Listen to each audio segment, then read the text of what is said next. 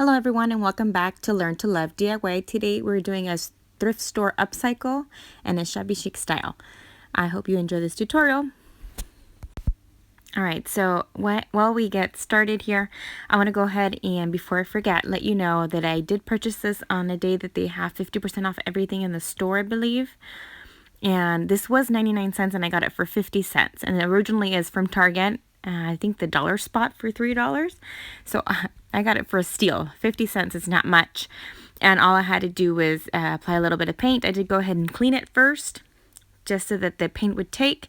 And then I just used what I already had on hand. I've been using these paints, or these chalk paints, for quite some time, as you've noticed in my previous videos. And they still have a long way to go. And because it was red and I didn't want to spend a lot of time sanding it down to its original color, or to the wood, I went ahead and did a darker of the grays, I think. And then I was going to do some white, but I had to wait while one of the coats dried. So you'll see the process I go through as I basically paint it.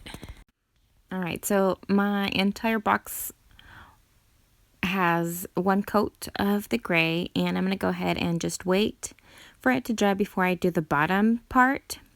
And then I'm going to come back, and here I waited a day for it to dry, so I'm coming back and going ahead and adding some white to kind of give it that distressed look. So I went ahead and just used a paper towel and the paint that was left on the cap, and I just went ahead and started dabbing it and just applying it with no rhyme or reason, just on the box. And then I went ahead and just tried to do it all around in the same manner. Alright, so after this dries, it's going to go ahead and be time to decorate. I have my hot glue warming up, and then I brought some white ribbon as well as one of the pretty flowers I had created in one of my previous videos. I took the white one just to take out the white that I used to distress the box with, and I will be using this to hold some of my tools and pens and whatnot for my new desk. It actually holds more than what I currently have right now, so it'll be great so that I'm able to add on. And I'm just basically using my hot glue, dabbing it. And what I'm currently hot gluing right now, it will be the back of the box. And then I'm going to go ahead and start forming it to the front. And that's where I'm going to go ahead and apply our pretty flower.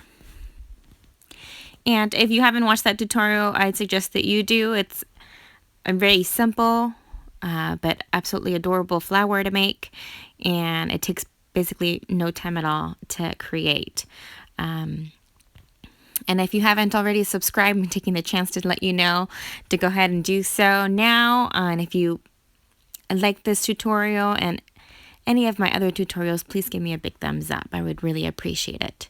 So I'm coming here and I'm going to go ahead and just center the flower, and then my box will be complete. Alright, so here is the project completed, and with some of my tools. Of course, I still have quite a few tools to put in there, but I kind of just wanted to show you what I would be using it for. I hope you've enjoyed this tutorial, and I thank you very much for watching.